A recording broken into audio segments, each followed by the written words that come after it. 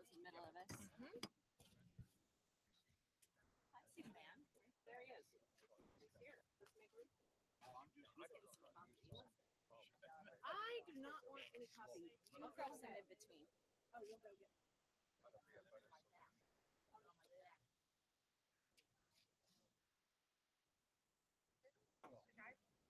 Ask him if he just wants to stay for part.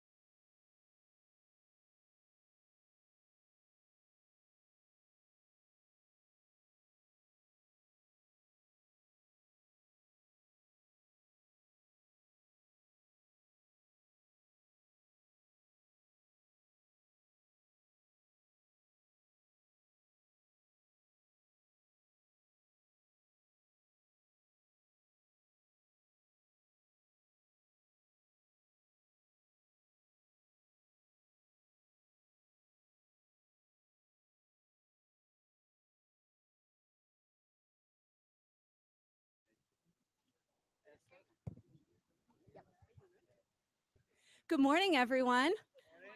Nice to see you. Welcome to the 56th season of the Utah Shakespeare Festival. We're delighted to have you for our morning seminars. How many of you have been to the festival before? Excellent. Any newcomers? Oh, we have all old hands here. This is great. It's so nice to see you. My name is Kate Moncrief. I am a professor of English and chair of the department at Washington College in Chestertown, Maryland, on the other side of the country from here. But I've been coming to the festival for quite a while now because my good friend and colleague, Kate McPherson, lives in Utah. I'm going to let her introduce herself. Hi, I'm the other Kate, and so if you shout Kate, you're likely to get an answer from one of us. And so we're so thrilled to be here together. Kate and I have been collaborating on projects, scholarly projects, for about 22 years. I know that's shocking because obviously we were 12. We were 12 when we started.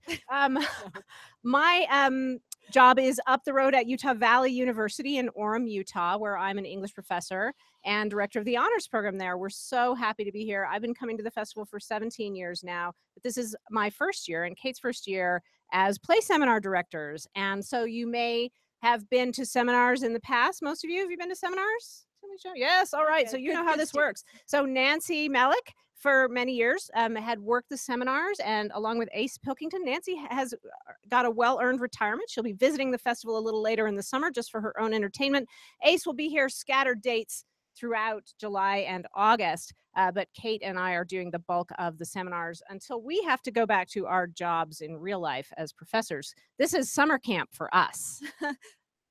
So we are also, you might notice that we have a guest. I don't know if he's familiar to you or not, if you can figure out who this guy is. Just a guy who wandered in. Hi. Just a guy who wandered in. So we saw this really cool theater over here. Yeah. So we have with us the director of Shakespeare in Love. He's also an actor, I've heard. He's in something this season. Yeah. So we thought we'd start with just a little bit of background on Shakespeare in Love, which is, I'm sure you all saw it last night, absolutely delightful, right? Yeah. So Kate, why don't you start with just a little bit of background, and then we're going to turn to Brian to talk a little bit, and then we will field your questions and comments.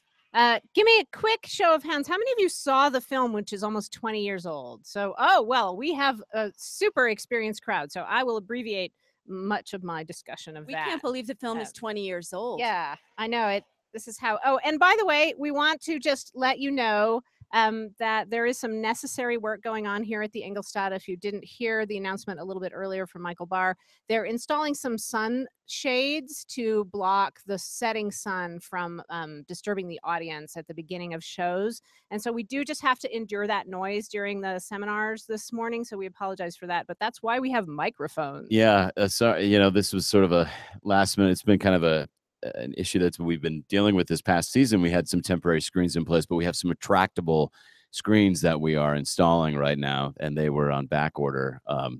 Delivering to Cedar City is not easy, actually, shipping to Cedar City, as you can imagine. But just come on Amazon? I know, right? Dropped it with their Prime shipping. Yeah. But it's going to help us out. We discovered when we built this new theater that we have a natural light cue that happens around 8 o'clock every single night with the setting sun. And we have it's sort of hitting an audience at a not opportune moment, as well as the stage. So we're installing those today, these retractable shades that will come in and out at our discretion. So beg your patience on that. Thanks. Yeah, so we'll just proceed through that. And when we do questions, of course, we'll pass a microphone around so that everyone can hear you speak, even if there are drill drivers going on in the background.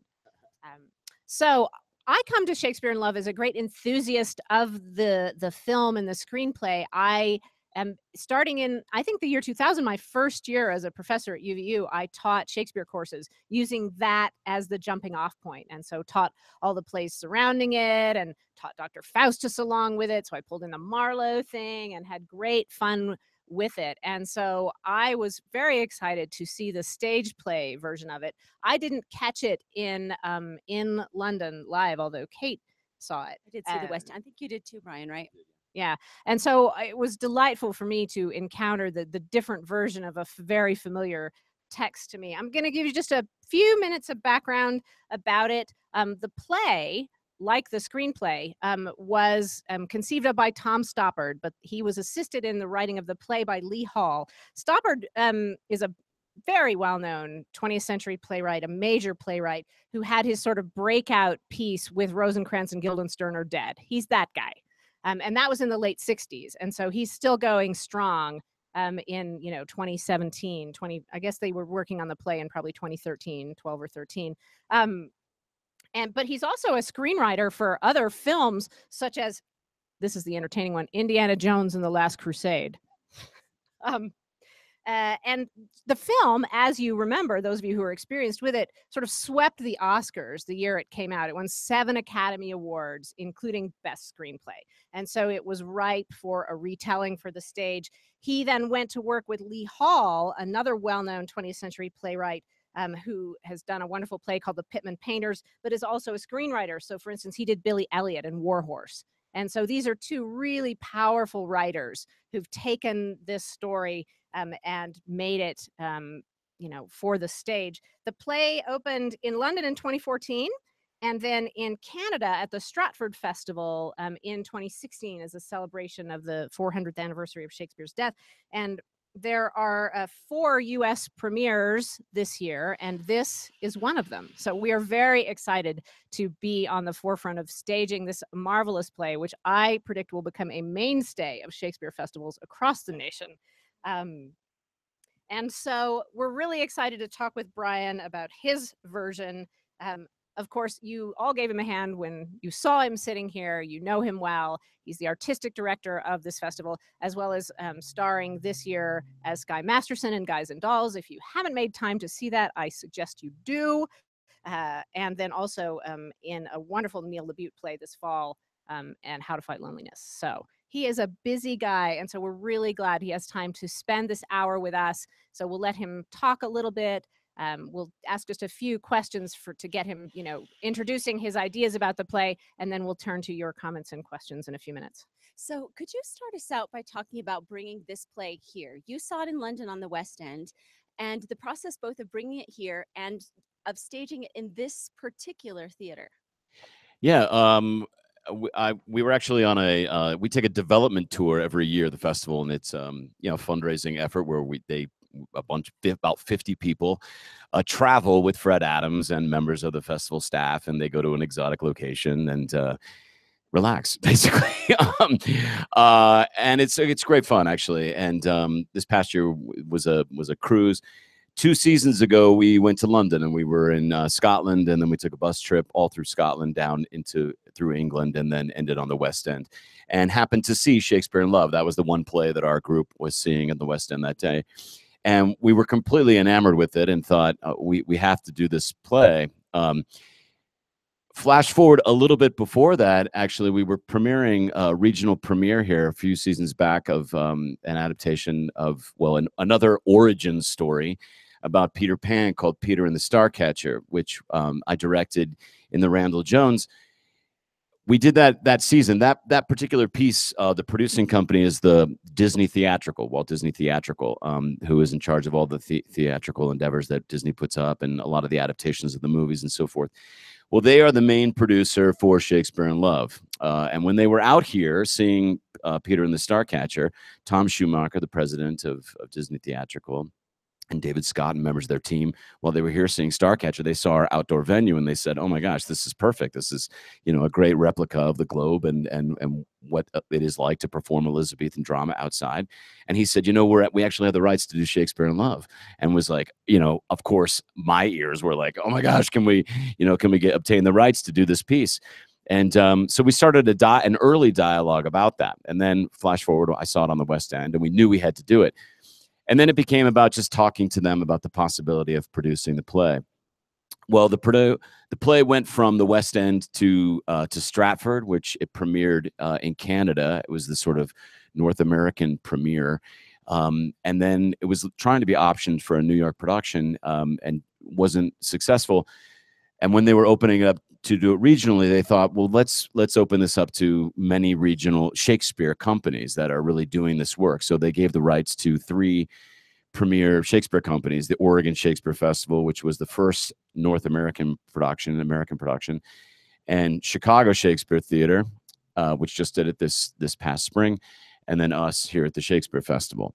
So it was a huge feather in our cap that we obtained the rights, but the greatest part about it was that we were able to do it in a venue that was not unlike what it might have been like at the time. And that was something that they were very intrigued with, and us too. And all the other previous incarnations of the production has been done in a proscenium style house, in a very sort of Broadway house, really, because the play in many ways is a play with music. There's a lot of musical scoring that happens in the play.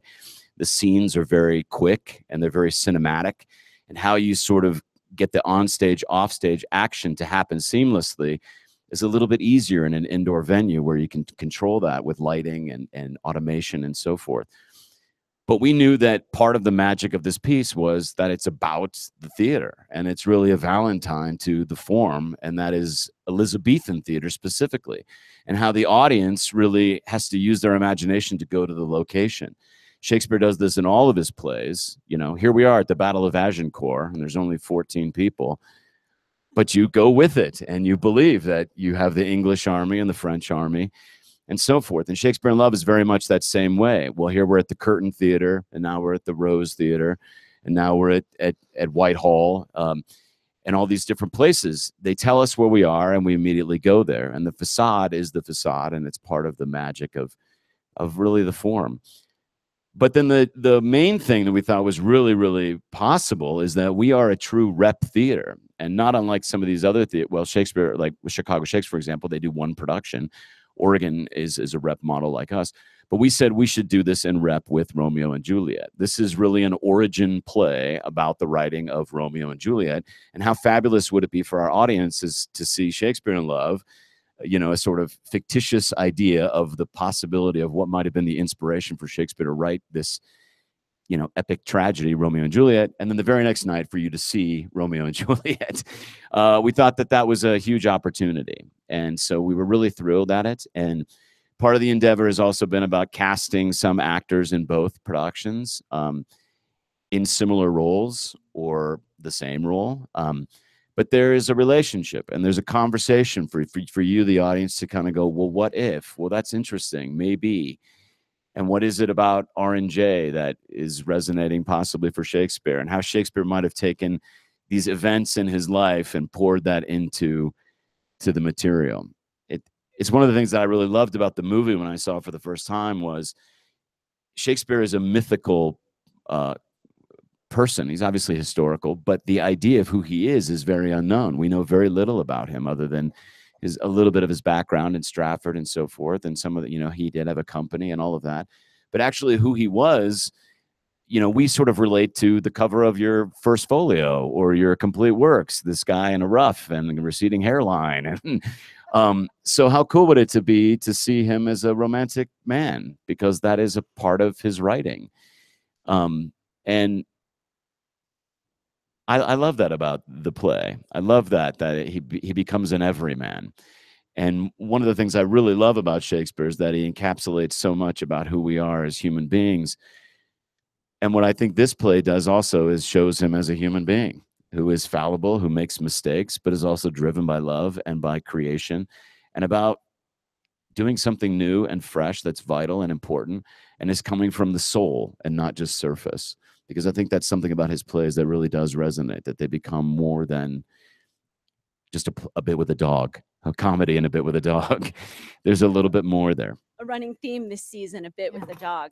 So this play, when you're talking about this idea of Shakespeare and who was Shakespeare, another thing to think about for Shakespeare in Love is that it is really a piece of historical fiction.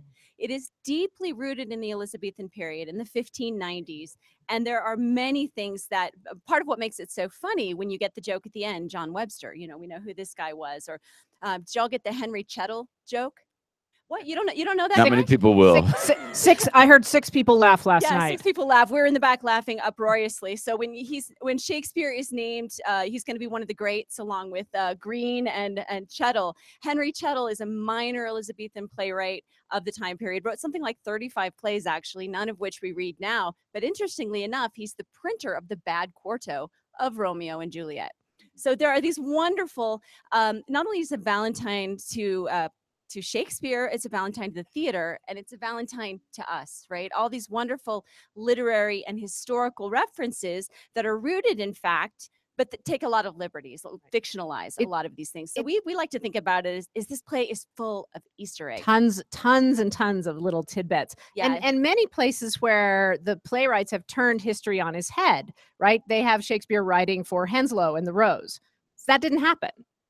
He wrote for Burbage and the Curtain and the Globe. And so, right, some basic facts of the piece are wrong historically, but make for fabulous, fabulous drama on the stage. I want to talk some more extensively, and I know the audience is going to want to talk about it. They haven't seen Romeo and Juliet yet. I'm lucky enough to have seen it already. But about the process of cross-casting these two pieces.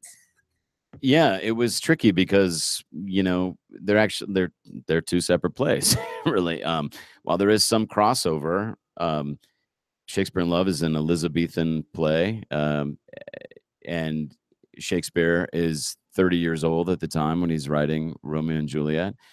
And Romeo and Juliet is a play about teenagers and takes place in the Italian Renaissance.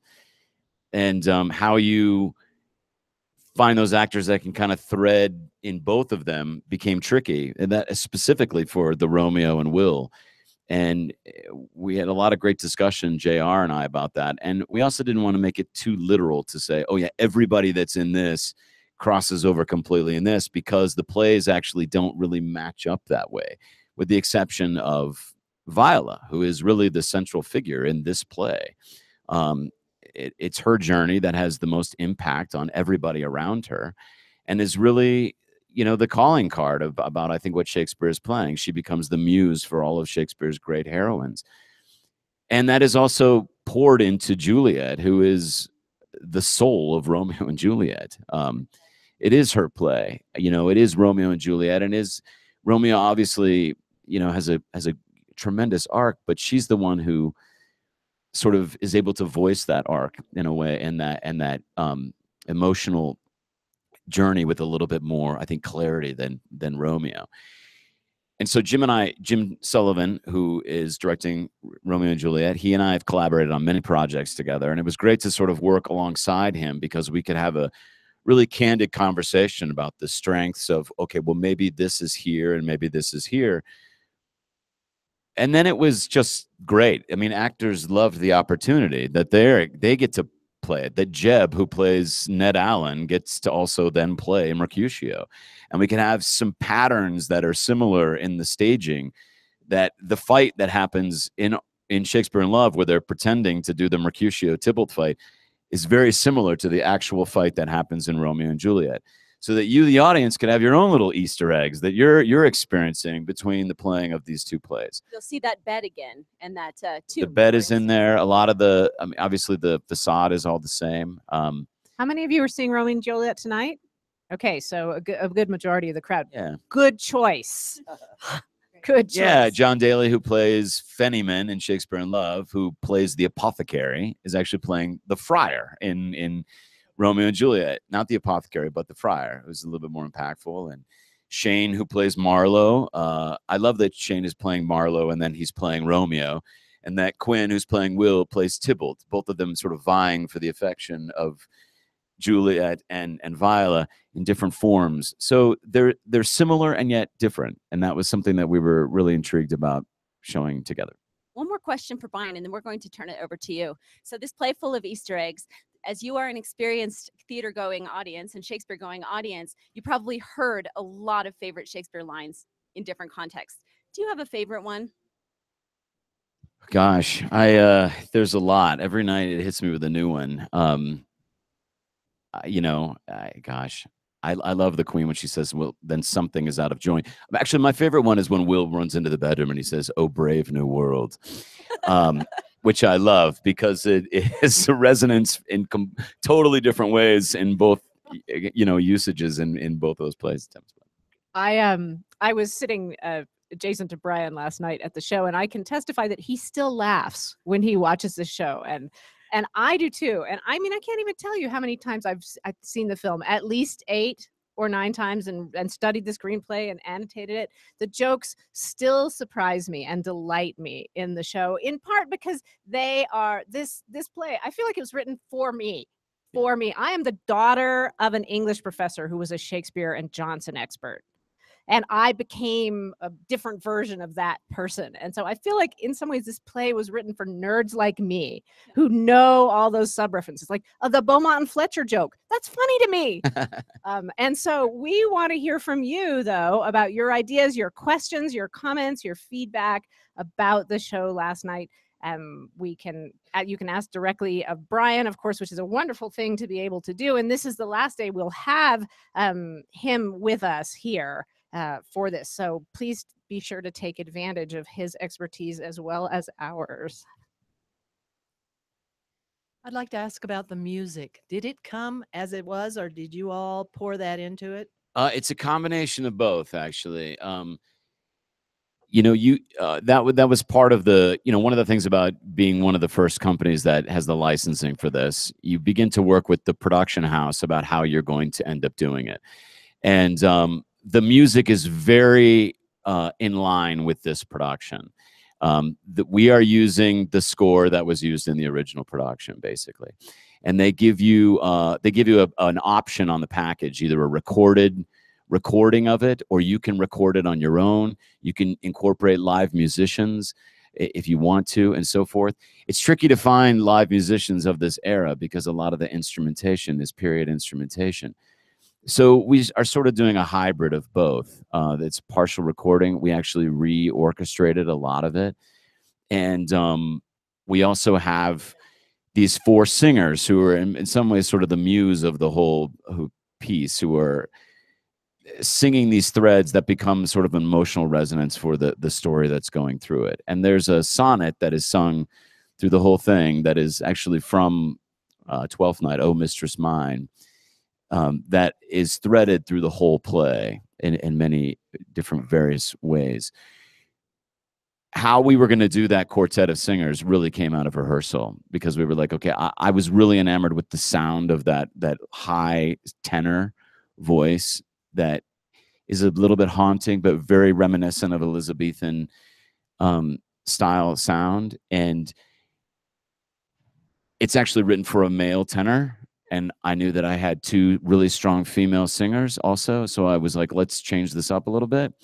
So they're singing soprano, on a male tenor line. And so we had to vary some of that stuff. And Brandon Grayson, who is our one of our music directors here, he did a fabulous job of both teaching the music to the cast and the quartet, as well as helping some of the instrumentation so it lined up with their voice parts, as well as being true to the package that was sent to us from Disney Theatrical. Different productions are doing different things. When it was available to us originally, we were supposed to use the music that came with the package. And then they've since sort of said, well, each production can kind of decide what they want to do variably. But there's a lot of discussion that happens with with the producing house and how you're going to do that. But I love it for this play. I love it because I do think it in itself is a thread in the play emotionally, and where it starts and finishes, I think, is woven through. And those guys sound amazing. They're beautiful voices. So. Okay, this isn't just about this play, but about probably most of the plays that you direct. we've all seen different versions of different things. Some are great, some are forgettable, some are bad. When you're directing something like this, They're never bad. Come on. well, No, I'm just kidding. not here, of course. But when you're directing something like this, it's been a film, you've seen it on the West End, there's other productions of it. Yeah. Or Taming the Shrew, anything. Yeah. How much do you look at past performances, other people's interpretations? Do you try not to do that? Do you try to always look at it fresh? Do you say, God, this is perfect, I don't want to mess with it, I'm going to steal their ideas? I mean, that sounds terrible, but how much is that involved when you're taking on a production that's been done numerous times? And one last thing, don't you think the Ains would be perfect for Sleuth? Yeah. That's a great play, Sleuth. Yes. Yes, I think that voice is sort of always in your head a little bit about that very idea. But the reality is they're different. You know, what you see on film is different from what you're going to see on stage. And so, you know, to do a sort of direct, you know, sort of replication of the film is going to be impossible because it's just, you don't have the budgets, you don't have the sets, you don't have the people. It's a completely different medium. So that idea of it, as far as film to stage, you just have to forget about. And for this production, it really became about, for me, honoring that the film and the look and the idea of it, because there is a lot of the movie that I really, really love. I did watch it like in January when we were in our early design phase of things, and then I sort of tried to put it away because you can't do that really, because the script is telling you something completely different. You know, they're in a boat all of a sudden. Okay, well, we can't pour in a whole bunch of water here, so how are we going to solve that? And then it becomes about that, you know, how you solve these things and keep it moving, because it is cinematic in its form. About, you know, there's some of those scenes are like 24 seconds long, some of them. I mean, they're very quick. So how you go from one thing to another in a venue where you don't have all that support, you have to think of it as an Elizabethan production where it's swift staging. You're coming in one door and then you're exiting in another, and the slip stage and the trap. That's it. That's all the automation you have, you know? So yes. And then as far as like the other Shakespeare stuff, you know, like other productions of other plays and all that, I think it's good to have new people come into these things to dissect these plays in new ways. That's what they're about. That's why they have resonated for hundreds of years. You know, believe me, I've seen countless productions where I've been like, yeah, it's okay. Or that resonated with me, but this didn't. And then I'll see the very same play in another incarnation, and I'll go, oh my gosh, they totally brought this thing out that I didn't see in the other play. And then maybe, you know, and that's the beauty of this form, really, about taking new ideas and new incarnations, new actors, new perspectives, and putting them on the stage in a new time also. You know, I know we'll have that with Midsummer Night's Dream. We're setting Midsummer Night's Dream in the 1920s, and it's being done in the Randall L. Jones. Some of you saw that yesterday afternoon. Some people say, well, should you veer away from an Elizabethan look? And I say, well, why not?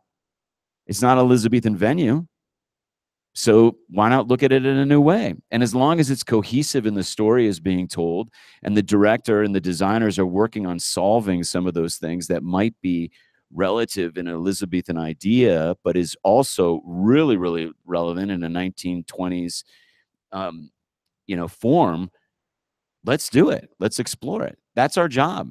That's our job, really, to put these plays out there and for you to go, oh my gosh, here we are in 2017, and Romeo and Juliet resonates with me now as a 45-year-old parent of 3 girls in a much different way than it resonated to me when I was a horny 18-year-old guy with my friends, you know, on the street corner. You know, I mean, it's like, that's what is beautiful about them. That's what's beautiful about being inside them. And is really our task, our gift here, you know, our gift that we get to do them and continually to do them different. So yes, you think about it, and then you have to kind of put it away and be true to what you're doing in the moment of it. It's really interesting. Students often ask me, like, how, you know, you see these shows, you teach these plays over and over again. How is it that you can just keep doing the same thing over and over again? I said, no, it's not the same thing. it's worth the price of a ticket for me if I hear one line delivered in a way that teaches me something about the text of the play that I didn't know before. Just takes one moment. I have a question from a Kate is gentleman walking back here. there. It's also worth noting that the screenplay and the stage play are different. That there are lines that are changed, there are different scenes, the beginning and the ending, the character of Kit Marlowe. So even there are some significant differences in the stage version from the film. First off, I just wanted to say congratulations. It was a wonderful show. Thank Well you. done. Appreciate Thank it. you. Mr. Snowy, Mr. Adams yesterday said something about that the suits were coming to see if this would be transferable to Broadway. Is that correct? Did he say that? Well, I don't know if you've met Fred Adams. No, I don't know. I know that they're going to come see the production, Disney theatrical. They will definitely come see the show. Well, my question is, do you feel that it is a suitable play that it could transplant to Broadway and be a Broadway show? Is it the right size for that? This production is that, or just the play in itself? I was actually very surprised that hasn't had a Broadway production of it yet, and I think that they're still trying to do that and may well do that at some point. Those things are complex. Those decisions are so complex and revolve around so many things. I know it played on the West End. I saw it on the West End, which is really the London version of Broadway, and I really loved it. It was a full house when I saw it, and Huge hit there. yeah, and so I'm not sure. I definitely think it's worth looking at, and I'm glad we're doing it to great esteem and recognition. I just hope so. Just a couple really quick questions. So Disney bought Shakespeare. Is Disney trying to buy Shakespeare now? They've bought everything else. No. I mean, they're doing what we're all doing, is trying to tell good stories in new ways. And yeah, I have no idea. No. Second, when you talked about the different levels of relating to the play, are you saying you relate to Lord Capulet now instead of to Romeo? That's a long therapy session right there. I just relate to being a parent, and the parent's story in that a little bit, trying to do the best for your children and making mistakes sometimes along the way. I hope I'm not making the same mistake that Capulet makes, but it's definitely in front of you when you have a daughter, who's falling in love and wants to be their own identity. All of those things I understand as a parent. I mean, my children are only 9 and 6, but these that you start to think about, all of a sudden that becomes a lot more present in your way of thinking your life than it might have been before you had children. This particular production it has a lot of sympathy with the Capulets. We were I won't spoil anything for you, but pay attention to the Capulets in this particular production. Who's our next question? Right here. I had a question about casting. When you decided to do the play, did you have specific actors or actresses, performers in mind when you decided to do it and cast it? Yeah. Well, I knew that I wanted Betsy in the part of Viola, and Quinn as well. And I knew I wanted the two of them in that sort of pocket of those two characters. I had worked with them previously, both of them on Peter and the Starcatcher. Betsy played Molly, and Quinn played the Black Stash, which completely different relationship, completely different play, but they are a couple also, and I've known them for a long time. I've worked with them, and their own personal attributes, I thought, brought a lot to who these people were. To great magnitude, and the immediacy of knowing their own personal relationship, I thought that could also inform what is happening in the play to great volume. The thing I loved about Quinn as Will is Quinn has a very deft understanding of comedy, as well as a huge heart, and that to me is exactly what Shakespeare is. He sort of encompasses so many things. He's a bit of a rake at times, and he's also funny, but he's also poignant, has a deep soul, and is also a great observer in this play, and so I knew that Quinn had a lot of that idea. He also has a spontaneity about him that feels really, really immediate and fresh in the moment. He's very good about that. As are all of these actors in the play. And I could not be more thrilled at the cast. I love them. They're all so strong. There are such great veterans up there, as well as newer actors who are new to the field, who are giving it their all, but they're also committed. And I love that because it is truly an ensemble piece. Also, that you have actors, like Jack Lafferty, who plays Lady Capulet in the one scene, and he has this brief little moment as the auditioning for, and he does a Scottish accent about doing the Marlowe. Was this the face that launched 1,000 ships? And it's just this, one little blip in this thing. It gets a huge payoff. He's really funny, and then he just folds into the support of the play and and all of that. That's one example of what is happening throughout the entire cast. That everybody gets up to the plate and they swing and they hit a base hit, and then they go back and they start being in the outfield to help. And I love that. But Betsy and Quinn specifically, I knew that I wanted to work with them both for the vitality of their relationship, but also what they bring to the stage. Betsy is, I think, perfect as Viola. I love her because she exudes a joy and a exuberance that I find is really infectious in who Viola is, as well as this need to be like really, really good and make change. That is what Viola is about. Stepping out of the social constraints that are informed on women at that time to sort of say, no, I'm going to step on the stage and I'm going to do this. She says it right away to her nurse. We women can never be ourselves until we are truly allowed to, or plays will never be plays unless women are truly allowed to step onto the stage. That true love will never be out there unless we are with that. And that's a whole other level of this play, which I really love, that underneath that thing is this other commentary that is actually very, very profound and resonating with where we are right now, about new voices and new power coming into play and giving them a platform for that. And I love that Betsy has that fire in her also, as well as that deep, deep soul that I think is needed for both Juliet and Viola. One little quick note here, 11 o'clock today is the first day that we start our actor seminars, and today's guests at 11 o'clock are going to be Quinn and Betsy. So it's probably worth staying on for that. We have a question over here. I just wanted to, first of all, compliment you. You said there are short scenes, and I've never seen a scene where one scene freezes and the other scene is played on top of it. Right.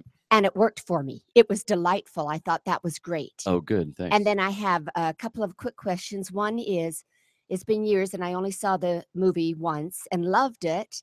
But I remember it being moving, and I don't remember the humor that we had last night. And I loved that. Is that your interpretation, or is that in the screenplay? It's a little bit of both. The movie is very witty and very funny. I think if you went back now, Good. you would sort of see, I mean, Jeffrey Rush is they're all very funny. And Gwyneth Paltrow has a tremendous performance in that movie. I think she's just glows in that movie. And one of my favorite things in the movie are these moments where Will is watching her. And there are these moments of silence, which I just found so profound, that she does hit him in a way that becomes more than just surface. And that is, again, what this play is about, her being the inspiration for Rosalind and, Viola, Kate, Beatrice. These amazing female characters have all sprung from this woman, Viola, who impacts Will's life. I think is really resonant, and the movie, I think, really captures that because they're able to zoom in on Chloe. Chloe. Okay, here we can iris in on the expression. I think we have that a little bit to that same degree. And as far as the sort of crossing over of the seeds bleeding into other scenes, that really became about, well, I don't want to clear the stage. We're going to go right back to this.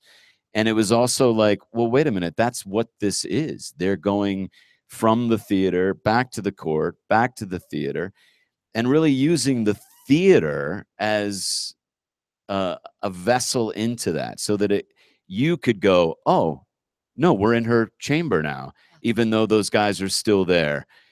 you don't need to literally go back to the other thing. You know it, and then you can quickly jump out of it.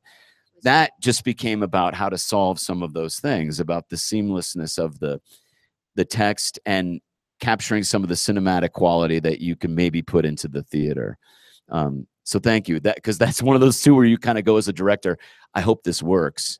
I hope people are on board with this. And you reach over to your assistant director and you go, does that work? And they go, yes, I think it will. I think it will. You know, You might want to consider as well why it felt funnier. Remember, we said this is a Valentine to the theater. It's a Valentine to us. We had an audience last night. This was for us, and it was a shared experience, right? So I think the fact that we were all in there together, laughing and catching those moments, maybe part of why it felt funnier. We shared this experience in the theatrical setting. yeah, yeah. And I mean, and that's another thing that I was trying to do was make this audience their audience, the Elizabethan audience, seeing R&J for the first time. And so at the end, when they pop out of it, you know, it's in front of a full house, and it's us. We are the full house there that are seeing this. And so how you can kind of that can only be done in the theater. Can only be done in the theater, which is why it's amazing. One of the technical term for that is meta theater, and this play really plays with that, as Shakespeare did too. The play within a play is a meta theatrical device, and so really capitalizing on that and the fact that we're in the audience, we got a bit of that. Yeah, yeah. Maybe just to build on some of the comments already, I thought the staging was really quite remarkable in the production we saw. It seemed like it'd be a very challenging play to stage. I mean, you have things going all over the direction.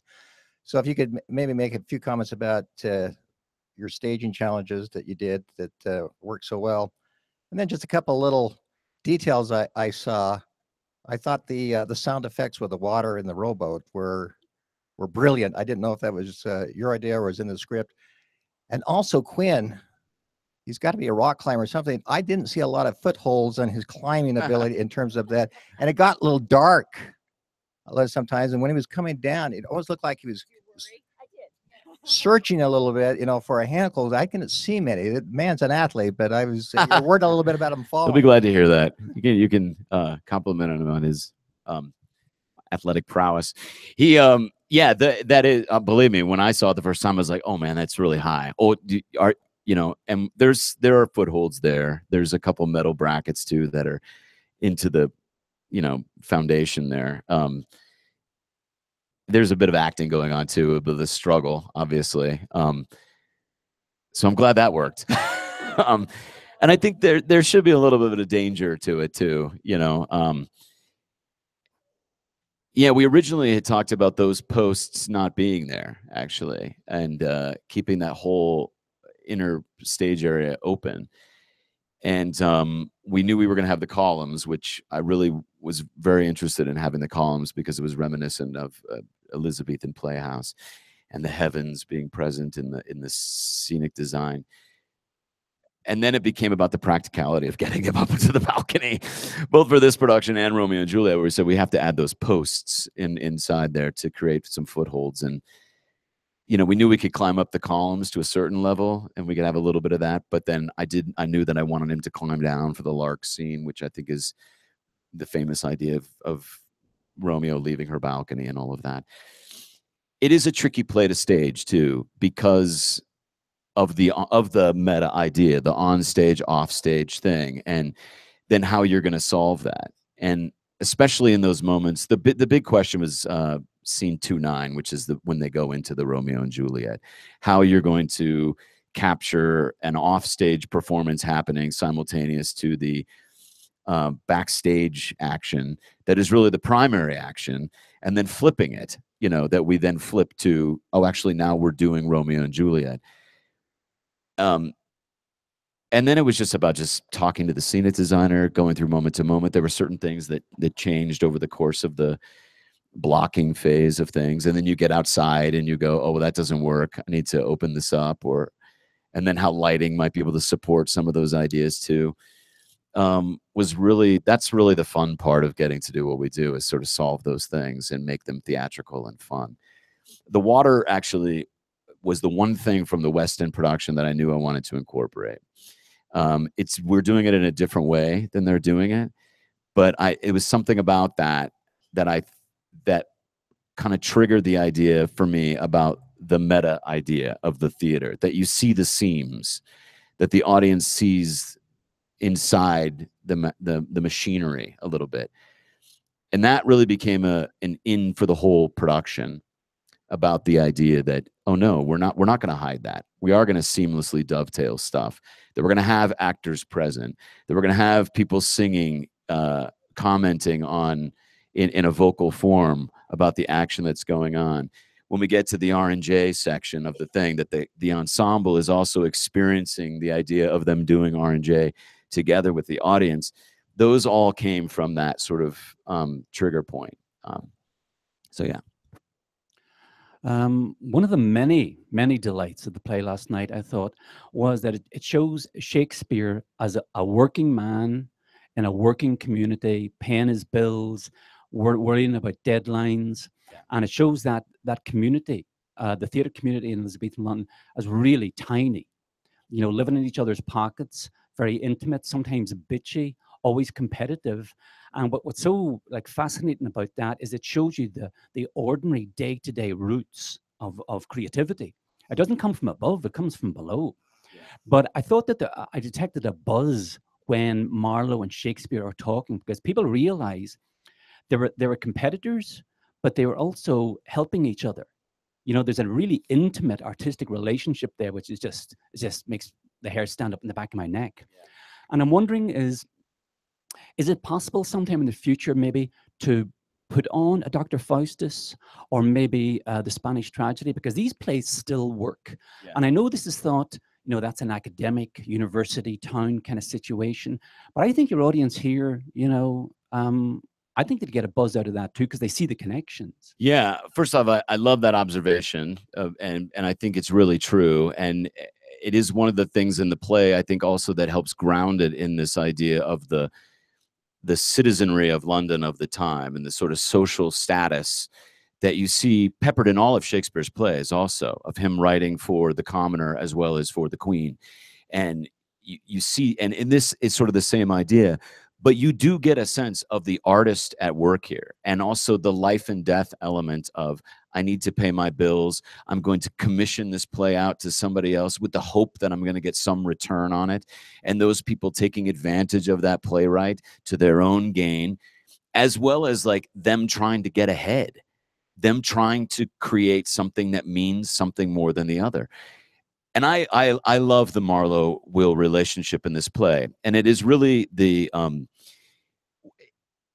Will's journey also, how he is able to, he's trying to emulate Marlowe in the beginning of this play. That is his muse, is Marlowe. And that gets taken over by Viola through the course of the play. That is something enriching his life in a way that comes from a pure sense of flowing ideas, flowing language, that is not about trying to emulate someone else. It's not about trying to emulate the form that Marlowe is writing. It's not about trying to, you know, Webster, the same idea, that little joke about John Webster, which is actually a really, really profound joke about him writing those really dark plays of that time, that you see this young boy playing with a mouse who likes blood and who likes tragedy. But when you read it, you know, The White Devil, you realize, wow, that is a very, very graphic play. And you see some of that inspiration. But the Marlowe-Will relationship in this is really central, because in the beginning portion of this play, Marlowe is giving voice to Shakespeare.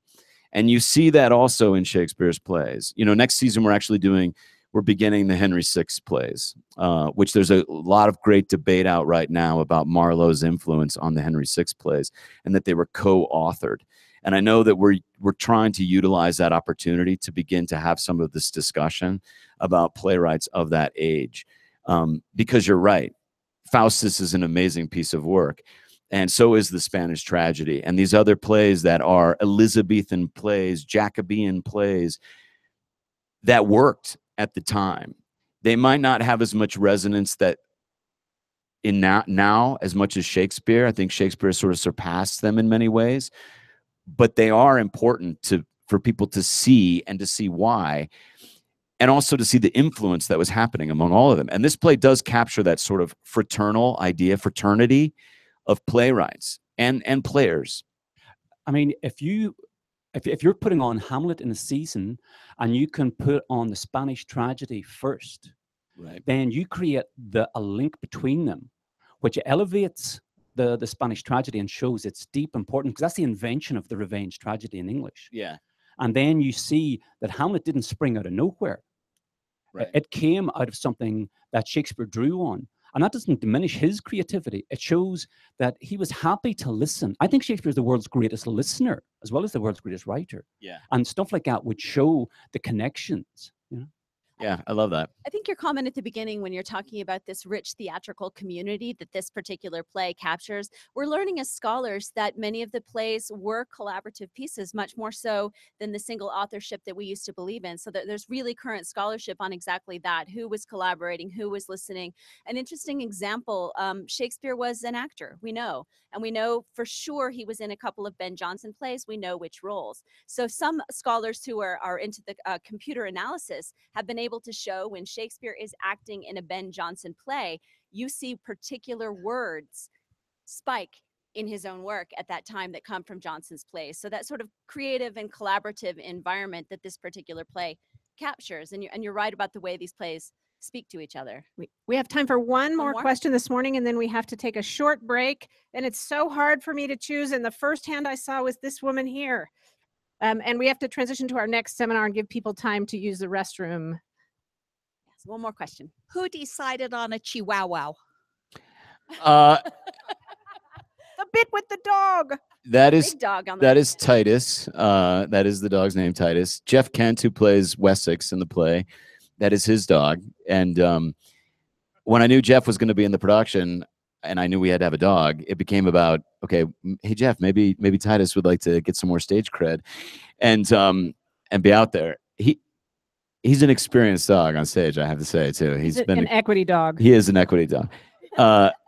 And we all just love him. He was there very early on in rehearsal, and then we knew we had to thread him back into the play. There's only 2 moments that are actually written into the play for the dog, but I liked the idea of Henslow sort of taking him on because he's so enamored of the idea of that's the solution to all comedy. Yeah. But it does work.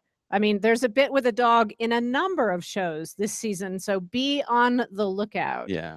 So it's 5 till right now, and so we would like to give everybody a chance to take a break. There are refreshments at the back, and then of course, if you need to use the restroom, the Randall restrooms are just there. We'll reconvene at 10 or a minute or two after to discuss A Midsummer Night's Dream, and we will have the director here, Kirsten Brandt, with us to answer your questions about that show. So we'll see you here in just a few minutes more. Oh, and don't forget the actor seminar, and give Brian a hand. Thank you so much. Thanks to everybody for being here. Appreciate it. I know. I could just wrap away.